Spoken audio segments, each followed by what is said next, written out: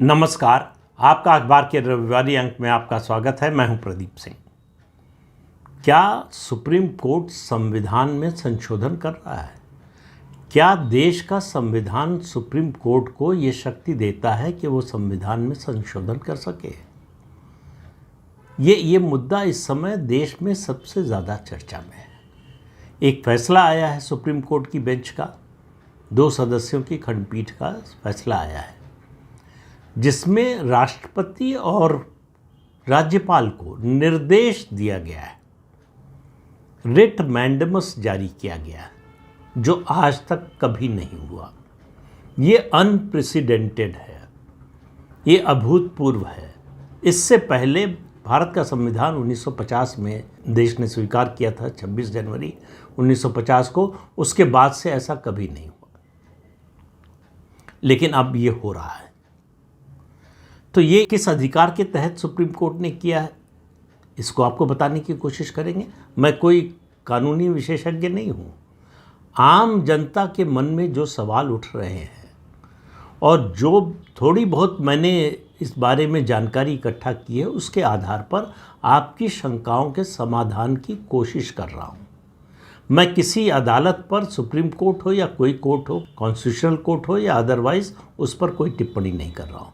मैं संसद पर कोई टिप्पणी नहीं कर रहा हूँ, मैं सरकार पर कोई टिप्पणी नहीं कर रहा हूँ।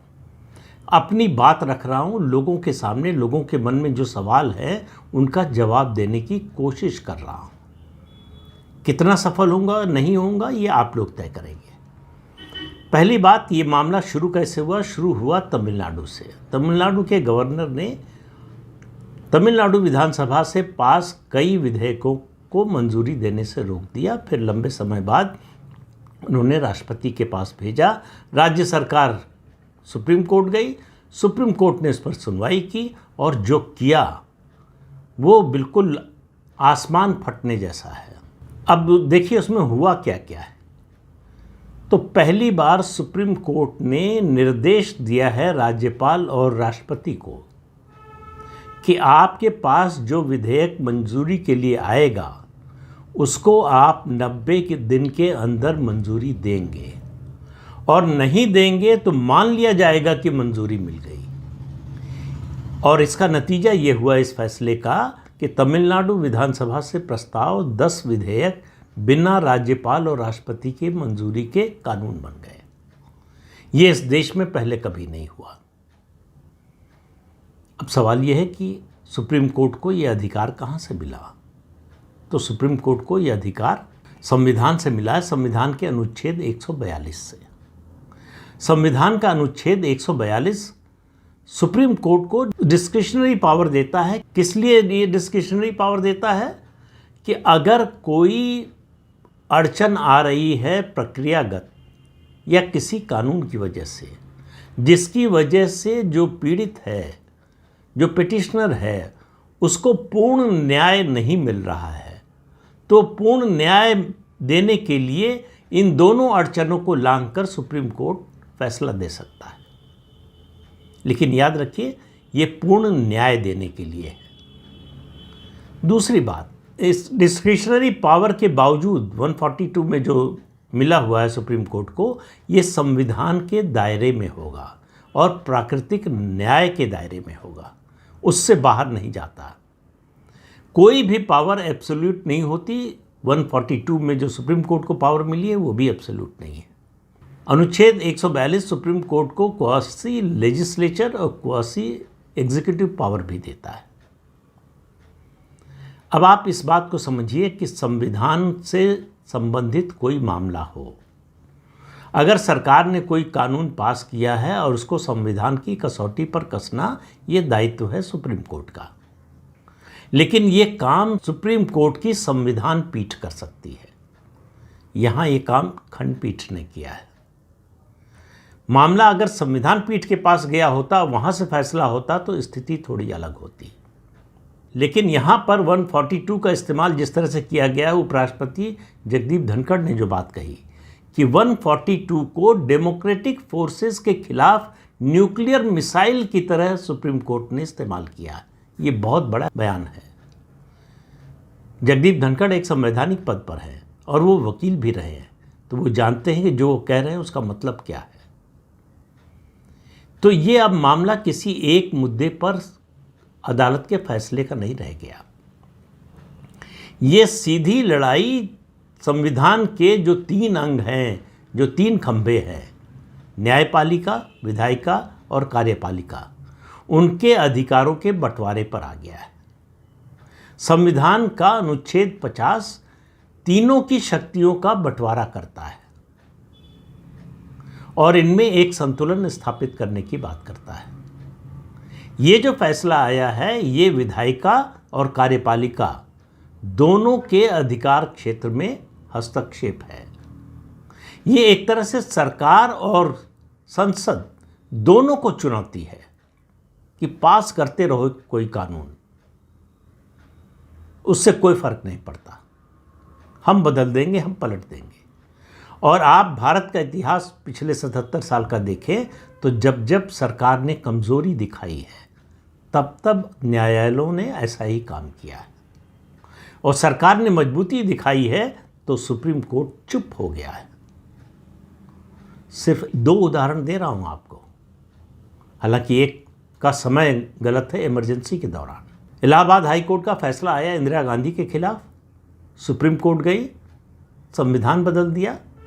सुप्रीम कोर्ट की हिम्मत नहीं हुई उस हाई कोर्ट के फैसले को बहाल रखने की,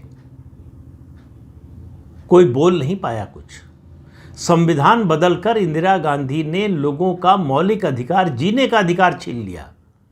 सुप्रीम कोर्ट के जजेस के मुंह से, मैं किसी व्यक्तिगत जज की बात नहीं कर रहा हूं, मैं ये एक संस्था की बात कर रहा हूं, कोई कुछ नहीं कर पाया। दूसरा, राजीव गांधी प्रधानमंत्री थे, शाहबानो के मामले में सुप्रीम कोर्ट का फैसला आया। राजीव गांधी की सरकार ने उस फैसले को संसद के प्रस्ताव के जरिए पलट दिया। उसके बाद सुप्रीम कोर्ट ने क्या किया? क्योंकि मालूम था कि सरकार मजबूत है। प्रधानमंत्री नरेंद्र मोदी की सरकार ने अपनी कमजोरी सुप्रीम कोर्ट को दिखा दी। कैसे दिखा दी? NJAC, national judicial appointments commission, ये सरकार ने बनाया। संसद से 2015 में ये विधेयक सर्वसम्मति से पास हुआ। शायद ही कोई विधेयक संसद के दोनों सदनों में सर्वसम्मति से पास हुआ हो। और कानून बनाने का अधिकार सिर्फ संसद को है। संसद ने कानून बनाया और उसको 5 जजेस ने बैठकर रद्द कर दिया। उन 5 जजेस ने, जिनका चुनाव वो खुद करते हैं, कहा कि ये नहीं चलेगा, कोई कमीशन नहीं होगा, जजेस का चुनाव तो हम ही करेंगे। तो 5 जजों की एक कोलिजियम है जो चुनाव करती है जजेस का। कहा यह व्यवस्था जारी रहेगी। कहती रही सरकार कि भाई दुनिया में कहीं भी ये व्यवस्था नहीं है, उनका इससे कोई मतलब नहीं है, और वो व्यवस्था आज तक चली आ रही है। उसका नतीजा हम भुगत रहे हैं। ये दूसरा मौका आया है मोदी सरकार के सामने एग्जीक्यूटिव और उसके साथ साथ लेजिस्लेचर की पावर दिखाने का। बल्कि पावर दिखाना भी शब्द शायद ठीक नहीं है, पावर को स्टैब्लिश करने का। जो संविधान से मिली ताकत है उसको दिखाने का कि कानून तो संसद ही बनाएगी और सरकार तो एग्जीक्यूटिव ही चलाएगी। सुप्रीम कोर्ट का इसमें किसी भी तरह का दखल बर्दाश्त नहीं किया जाएगा जब तक इसका जवाब नहीं मिलेगा। इस समय सुप्रीम कोर्ट को बैकफुट पर होना चाहिए था, वो फ्रंट फुट पर है।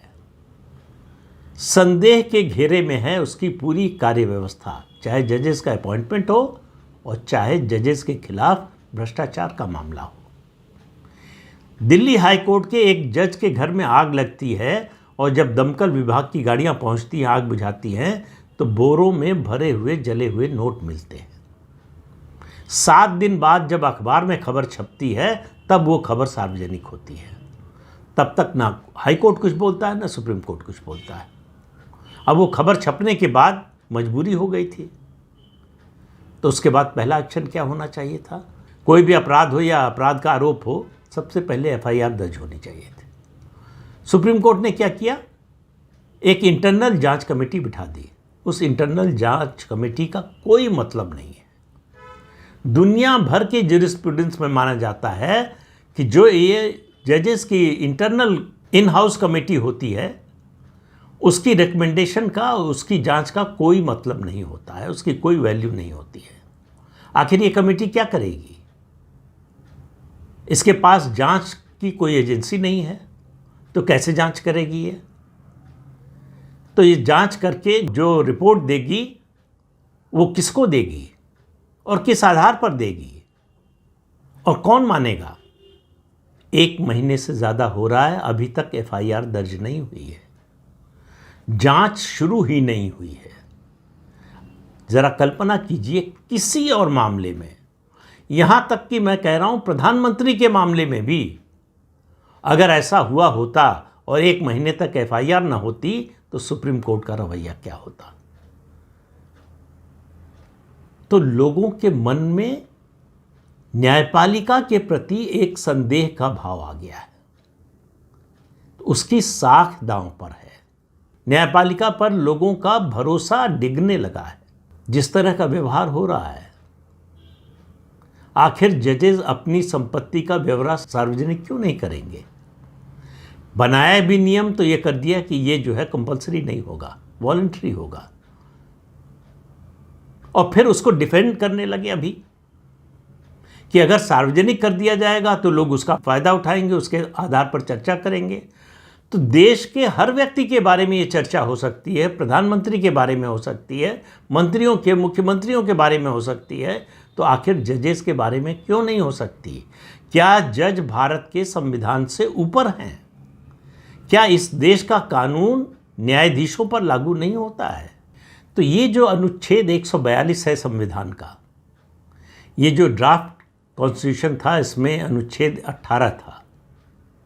ये शायद एकमात्र ऐसा अनुच्छेद है, एकमात्र आर्टिकल है जिस पर संविधान सभा में कोई चर्चा नहीं हुई। इस डिस्क्रिशनरी पावर को कैसे परिभाषित किया जाए, ये काम छोड़ दिया संविधान सभा ने सुप्रीम कोर्ट पर,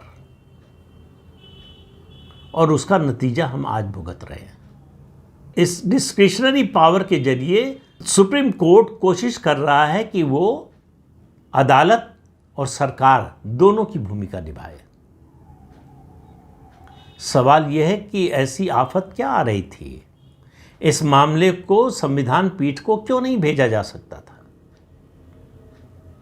संविधान से जुड़े मामले जब ये एस्टैब्लिश्ड जो है, वो प्रोसीजर है, नॉर्म है, परंपरा है, अगर लिखित नियम नहीं भी हो, मुझे मालूम नहीं लिखित नियम है कि नहीं, कि संविधान की व्याख्या का मामला आएगा तो उसकी सुनवाई संविधान पीठ करेगी।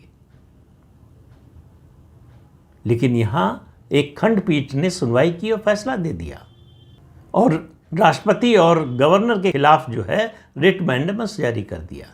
अब सवाल ये है कि सरकार क्या करेगी? अदालत को जो करना था वो कर चुकी है।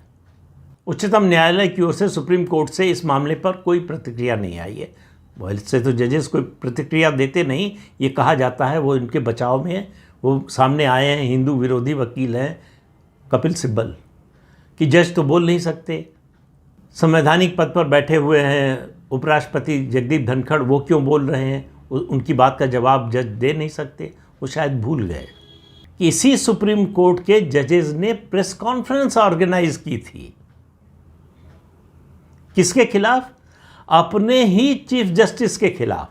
तब इन जजेस को याद नहीं था कि वो बोल नहीं सकते हैं, सार्वजनिक रूप से बयान नहीं दे सकते हैं। आज कह रहे हैं कि जज जो है अपनी बात नहीं कह सकते, वो कोई बयान नहीं दे सकते सार्वजनिक रूप से। तो समय के अनुसार अगर आप अपनी पोजीशन बदलते रहेंगे, तर्क बदलते रहेंगे, तो किसी के गले के नीचे उतरेगा नहीं। इधर पिछले काफ़ी समय से जिस तरह से सुप्रीम कोर्ट के जजमेंट आ रहे हैं, और जजमेंट से ज़्यादा मैं कह रहा हूं कि उनकी सुनवाई के दौरान उन मामलों की जिस तरह की टिप्पणियां आ रही हैं, वो ज़्यादा चिंता पैदा करती हैं। ऐसी टिप्पणियां जो जजमेंट का पार्ट नहीं बनती बाद में, लेकिन लोगों के मन मस्तिष्क में वही टिप्पणियां दर्ज होती हैं। कोई आम आदमी सुप्रीम कोर्ट का या हाई कोर्ट का कोई जजमेंट पूरा पढ़ने नहीं जाता है। दो चीज़ें देखता है, एक ऑपरेटिव पोर्शन, जो ऑपरेटिव पार्ट जो मीडिया में रिपोर्ट होता है, टेलीविज़न चैनल और आजकल तो सोशल मीडिया, अखबार में जो आता है, उसके अलावा सबसे ज़्यादा जो टिप्पणियां की जाती हैं न्यायाधीशों द्वारा अदालत में सुनवाई के दौरान। और ये मर्ज बढ़ता जा रहा है, नेताओं की तरह से भाषणबाजी का शौक होता जा रहा है। ऐसी ऐसी बातें जो खुद वो अपने जजमेंट का पार्ट नहीं बनाते, जिसको उस तरह की टिप्पणियां करते हैं। लेकिन वो मामला आज नहीं है। आज मामला सीधा सीधा शक्तियों के बंटवारे का है, संविधान के अनुच्छेद 50 का है, जिसमें न्यायपालिका, विधायिका और कार्यपालिका की शक्तियों का बंटवारा किया गया है। अब ये साबित करना है प्रधानमंत्री नरेंद्र मोदी और उनकी सरकार को कि ये एक मजबूत सरकार है या कमज़ोर सरकार है। सबसे बड़ी गलती अगर न्यायपालिका के मामले में इस सरकार ने की तो एनजेएसी का एक्ट, जब जिसको रद्द किया सुप्रीम कोर्ट ने, उसके बाद दोबारा प्रस्ताव लेकर नहीं आई। उस समय जो ग्राउंड कंसीड कर दिया, उसका नतीजा सरकार भुगत रही है। तो सरकार और समाज के रास्ते में एक तरह से लोगों के परसेप्शन में ये बात बैठ गई है कि सुप्रीम कोर्ट या अदालतें सबसे बड़ा रोड़ा बन गई। ये अनुच्छेद 50 संविधान के तीनों अंगों की शक्तियों के संतुलन की बात करता है। संविधान निर्माताओं को ये उम्मीद थी कि तीनों की शक्तियों का बंटवारा हो गया है, सब अपने अपने डोमेन में काम करेंगे, अपनी शक्तियों के अनुसार उसके दायरे में काम करेंगे, कोई एक दूसरे की शक्ति में हस्तक्षेप नहीं करेगा। इसी गवर्नर वाले मामले में फैसला सुनाते हुए ये कहा गया सुप्रीम कोर्ट के द्वारा कि एक अनइलेक्टेड व्यक्ति कैसे इलेक्टेड सरकार के फैसलों के बारे में फैसला कर सकता है, निर्णय ले सकता है, उसके फैसलों को रोक सकता है। सवाल यह है कि एक इलेक्टेड पार्लियामेंट के फैसले को 5 जज जो अनइलेक्टेड हैं कैसे रोक सकते हैं। एनजेएसी जब रद्द हुआ था तब उस पर टिप्पणी करते हुए उस समय के केंद्रीय कानून मंत्री अरुण जेटली ने कहा था ये टिरैनी ऑफ अनइलेक्टेड है। आज उनकी बात पूरी तरह से शब्दशः सही साबित हो रही है। क्या सुप्रीम कोर्ट के जज इलेक्ट होकर आते हैं? इनकी जवाबदेही किसके प्रति होनी चाहिए? क्या संसद से भी ज़्यादा शक्तिमान है सुप्रीम कोर्ट? ये सवाल आजकल बार बार उठ रहा है। उपराष्ट्रपति जगदीप धनखड़ ये सवाल पहले भी उठा चुके हैं। वो कह चुके हैं कि जनतंत्र में संसद सुप्रीम होती है। लेकिन इस फैसले के बारे में टिप्पणी करते हुए उन्होंने कहा सुप्रीम कोर्ट सुप्रीम लेजिस्लेचर बनने की कोशिश कर रही है, सुप्रीम पार्लियामेंट बनने की कोशिश कर रही है। इसको स्वीकार नहीं किया जा सकता। यहां तक तो बात ठीक है, लेकिन स्वीकार नहीं किया जा सकता तो क्या किया जा सकता है? क्योंकि अगर इसे रोका नहीं गया तो इसकी कोई सीमा नहीं है कि ये कहां जाकर रुकेगा, कहां जाकर ठहरेगा। ये समय निर्णायक समय है कि संविधान निर्माताओं ने संविधान के जो तीनों पाए हैं, तीनों खंभे हैं, उनकी शक्तियों का जो बंटवारा किया था उसी के अनुसार संविधान चलेगा या फिर सुप्रीम कोर्ट की मनमानी के अनुसार चलेगा। मुद्दा बहुत गंभीर है। सुप्रीम कोर्ट के भी सामने सवाल है। उनको भी सोचना पड़ेगा कि उनके बारे में देश में धारणा क्या बन रही है। वो कहते रहें कि उनको कोई फर्क नहीं पड़ता कि पब्लिक ओपिनियन क्या है, लेकिन जनतंत्र पब्लिक ओपिनियन से ही चलता है।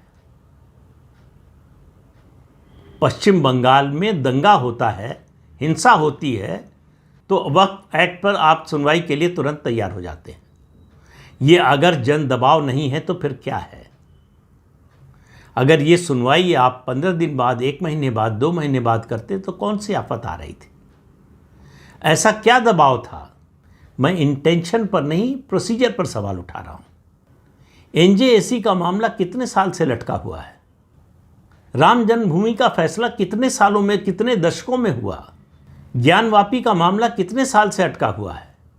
तो जब भी कोई हिंदू पक्ष की बात आती है तो ऐसा देखने में आता है, अब ये सुप्रीम कोर्ट के लोग कह सकते हैं कि ये महज इत्तेफाक है, लेकिन ये कैसा इत्तेफाक है कि हिंदुओं का मामला जब भी आता है तो सुप्रीम कोर्ट के लिए सुनवाई का समय नहीं होता, या तुरंत सुनवाई का तो बिल्कुल समय नहीं होता।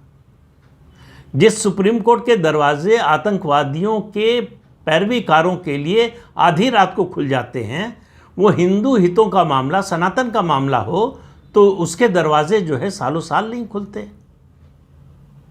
ये मैं नहीं कह रहा हूँ, ये लोग चर्चा कर रहे हैं इस पर। हो सकता है कि ये बात बिल्कुल गलत हो, लेकिन जन भावना इसी के अनुरूप चल रही है, लोगों की सोच इसी के अनुरूप चल रही है। तो सुप्रीम कोर्ट की साख दांव पर है, उसमें जो लोगों का भरोसा, विश्वसनीयता है। इस देश के लोगों को दशकों इस बात का भरोसा रहा कि कहीं न्याय नहीं मिलेगा तो सुप्रीम कोर्ट से न्याय मिलेगा। वो विश्वास डिगने लगा है और सरकार की इच्छा शक्ति दांव पर लगी है कि क्या वो कड़े फैसले ले सकती है, क्या वो इस अन्याय को, अगर वो इसको अन्याय मानती है तो इसके खिलाफ खड़ी हो सकती है।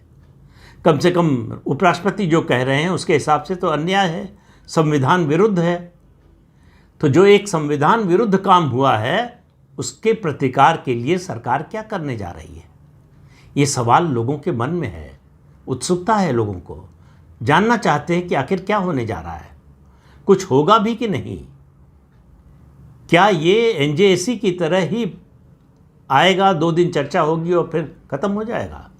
ये सिलसिला, इस तरह की घटनाएं कैसे चलती रहेंगी कि जज के घर में जो है कैश बरामद हुए, जले हुए नोट बरामद हो और कोई कार्रवाई न हो? कार्रवाई तो छोड़िए, जांच, शुरुआती जांच तक न हो, सिर्फ इसलिए कि वो जज का मामला है।